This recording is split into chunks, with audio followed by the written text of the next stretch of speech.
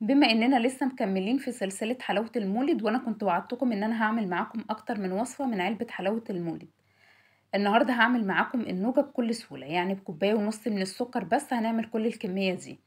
من بعد الفيديو ده انسوا بقى كل وصفات النوجة، او انسوا النوجة اصلا اللي بنشتريها جاهزة، لان احنا كلنا معقدين منها. يعني قطمتها شديدة جدا ومضغتها بتكون شديدة جدا. الوضع النهاردة مختلف تماما يا جماعة. النهارده بقى هقول لكم على طريقة نوجة حقيقي هتنسيكم كل النوجات اللي انتم ممكن تكونوا كلتوها قبل كده. فقبل ما نبتدي الفيديو اعملوا لي لايك وتابعوني على اليوتيوب وعلى الفيسبوك باسم منوعات بوسي، ويلا نبتدي فيديو النهارده ونقول بسم الله. في البداية واول حاجة هبتدي اجهزها وهي السيرب بتاع النوجة. هحتاج كوباية ونص من السكر الحبيبات مش سكر بودر. هضيف عليهم تلت كوباية من المية. هضيف عليهم كمان معلقة كبيرة من مية الورد أو ماء الزهر، يعني اللي انتوا حابينه. لو حابين تستغنوا عنه خالص تقدروا تستغنوا عنه، بس هو بيدي ريحة حلوة قوي. اللي هيعادل بقى طعم السكر معايا هي نص معلقة صغيرة من ملح الطعام. هضيف عليهم تلت كوباية من عسل الجلوكوز، وده مش هنقدر نستبدله أو نستغنى عنه في الوصفة إطلاقا. هاخد بقى كل الحاجات دي وعلى نار هادية من البداية للنهاية. بلاش لما نيجي نقلب الخليط دوت نقلبه بمعلقة معدن. الافضل ان احنا لما نيجي نقلبه بمعلقه خشب او بسباتيولا زي ما انا بعمل كده، وممكن كمان اعمل له زي حركات دائريه كده لحد ما احس ان السكر داب او كل المكونات امتزجت ببعضها. لما نيجي نقلبه بقى نقلبه من النص الاول وبعد كده نخرج على الحروف. ومن وقت للتاني لو في حاجات في الحروف بتاعه الطاسه او الكسرولة ننزلها بالسباتيولا عشان ما تسكرش معانا. سريعا بقى كده وعلى ما السيرب بتاعي يبتدي يجهز هبتدي اجهز باقي المكونات. هحتاج لاتنين بياض بيضة. لو بياض البيضة مش بتعرفوا تفصلوه كده زي ما انا ما عملت قدامكم، انتوا ممكن تكسروا البيضة وتاخدوها بين صوابعكم كده وتنزلوا منها البياض. او ممكن كمان تخرموا البيضة من فوق كده خرم صغير وتصفوا منها البياض، وهتحتفظوا بالصفار جوه البيضة زي ما هو. يعني اعملوا حاجة من التلاتة اللي انا بقول لكم عليها دول. طبعا علشان اضيع اي ريحة زفارة في البيض هستخدم فانيليا. فانا ضفت معلقة كبيرة من الفانيليا السايلة او البودر، تقدروا تضيفوا المتوفر عندكم. بعد كده بقى اي حاجة هستخدمها هدهنها زيت، يعني القالب الاسباتيولا، المعلقة، اي حاجة هستخدمها بعد كده في توزيع النوجة هدهنها زيت. انا دهنت القالب، بالمناسبة القالب ده كان مقاس 30، تقدروا تستخدموا قالب مربع او قالب مستطيل المتوفر عندكم. فتحت كمان كيس تلاجة نضيف وفرشته كده في القالب، وبعد كده هدهنه برضو بالزيت.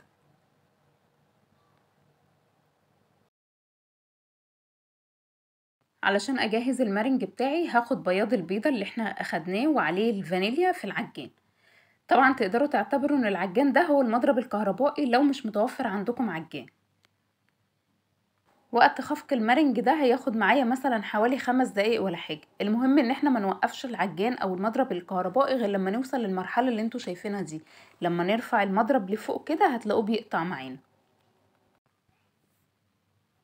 بعد كده هرجع للسيرب اللي انا سايباه على البوتاجاز على نار هاديه. وتاكدوا ان النار بتاعتكم هاديه قبل ما تسيبوا السيرب على البوتاجاز وتبتدوا تجهزوا في المرق. بعد ما يعدي حوالي تلت ساعه كده او اكتر دقيقتين ولا حاجه هتحسوا ان لونه ابتدى يتغير، يعني ابتدى ياخد لون اصفر بسيط كده او ذهبي بسيط كده. هنا بقى انا كنت مجهزه بوله وفيها شويه ميه ساقعه، اخدت شويه من السيرب صغيرين كده في الميه وابتديت اعمل لها اختبار. اول ما نوصل للكره الصلبه اللي انتوا شايفينها دي كده تمام، السيرب بتاعي تمام قوي. بعد كده سريعا بقى، وهنا ايدي تكون سريعه، يعني انا مش عايزه السيرب بتاعي يبرد. العجان المفروض يكون شغال، بس انا علشان التصوير ما كنتش عارفه اعمل الاتنين بايد يعني في نفس التوقيت. فنزلت بالسيرب وابتديت اشغل العجان بتاعي على طول او المضرب بتاعي على طول.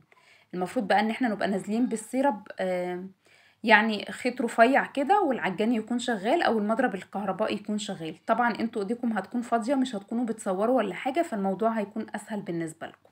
هنشغل بقى العجان بتاعنا او المضرب الكهربائي لمدة لا تقل عن 10 دقايق. في خلال ال10 دقايق دول القوام بتاع النوجة نفسه بيختلف والشكل كمان بيختلف، يعني انتوا هتحسوا بتغيير.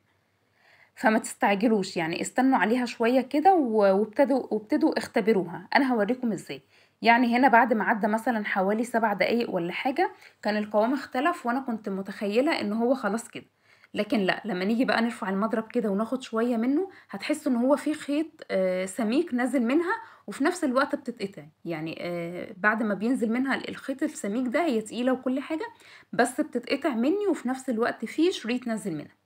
فهنا لأ، أنا مش عايزة الكلام ده، لأ إحنا هنستنى شوية عليها وهنشغّل الخفّاق بتاعنا تاني لمدة برضه لا تقل عن 5 دقايق.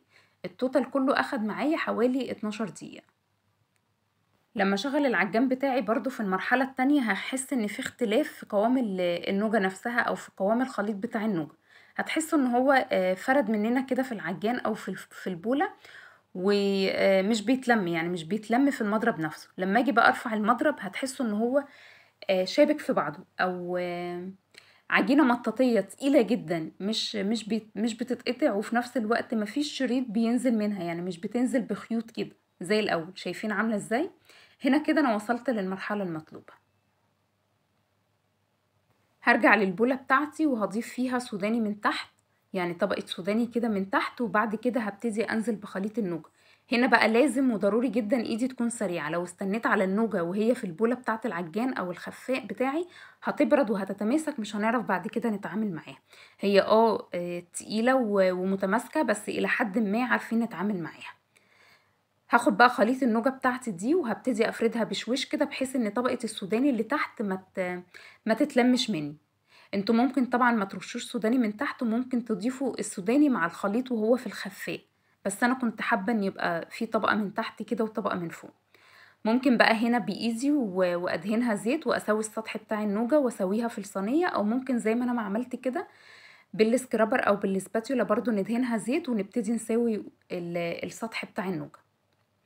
جبت بقى كمية تاني من السوداني ورشيتهم على سطح النوجة من فوق، وابتديت بضهر المعلقة أدهنها زيت واضغط على السوداني بحيث إن هو يدخل جوه النوجة من جوه، يعني فاهمين إزاي؟ ما يبقاش عايم على السطح كده ولما نيجي نقطعها يقع منها، لأ يتماسك جواها كده زي ما عملنا في الفيديو بتاع القشطية قبل كده أو في وصفة القشطية قبل كده.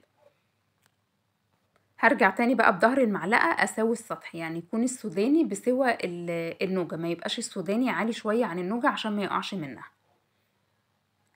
بعد كده بقى بكيس تلاجة نضيف أو بالستريتش راب وهابتدي أغطي سطح النوجة كويس جدًا. أنا فضّلت الكيس التلاجة لإني عارفة أتحكم فيه أكتر من الاسترتش. النوجة بقى هنا عكس القشطية، القشطية كنا بنقول إن هي ما ينفعش تدخل التلاجة ولازم تقعد في مكان بارد، في مكان فيه تكييف يعني. النوجة بتحب التلاجة، فأنا هاخد النوجة بتاعتي وهادخّلها التلاجة لمدة لا تقل عن 8 ساعات، يعني سيبوها تاخد وقتها في التلاجة، حتى لو عملناها بالليل وقمنا الصبح قطعناها أو عملناها الصبح وقطعناها بالليل، فخلوها تاخد وقتها في التلاجة لحد ما تتماسك معانا. أنا عن نفسي كنت مجهزاها من بالليل ودخلتها التلاجة وقعدت ليلة كاملة في التلاجة. بصوا شكلها متماسك ازاي. هنقلها بقى على البورد أو هنقلها على أي حاجة كده وهبتدي أقطعها زي ما متفقين من البداية للنهاية. أي أدوات هنستخدمها في النوجة هندهنها دهنة زيت خفيفة أوي. أنا جبت سكينة حادة علشان طبعا تقطع النوجة معايا بكل سهولة ودهنتها بدهنة زيت خفيفة. قطعوا النوجة بقى زي ما تحبوا، يعني حابين تقطعوها قطع مربعة أو حابين تقطعوها قطع مستطيلة زي الجاهزة كده، زي ما تحبوا. أهم حاجة بس ساووا ايديكم في التقطيع علشان تاخدوا برضو شكل في النهاية زي الجاهز بالظبط. أعتقد من بعد الفيديو ده لو عندكم بيض وسكر في البيت فانتوا هتقوموا تجربوا النوجة دي. جربوها واكتبوا لي رأيكم تحت في الكومنتات فيها ايه. النوجة بتاعت النهاردة مش بس ادتنا كمية حلوة، يعني بكوباية ونص من السكر بس عملنا كل الكمية دي، لأ دي كمان إحنا أخدنا منها نتيجة مرضية بنسبة 100%. يعني مش هاقول لكم زي الجاهزة، لأ دي حقيقي فعلًا أحلى وأفضل من الجاهزة بس كده. ده كان فيديو النهاردة، أتمنى يكون عجبكم. لو حابين ترجعوا للفيديو القشطة أو القشطية اللي عملناها الحلقة اللي فاتت هاسيبه لكم تحت الفيديو تقدروا ترجعوا له. استنوني بقى في فيديو جديد ووصفة جديدة، وما تنسوش تتابعوني على اليوتيوب وعلى الفيسبوك باسم منوعات بوسي، وأشوفكم على خير يا رب، وباي باي.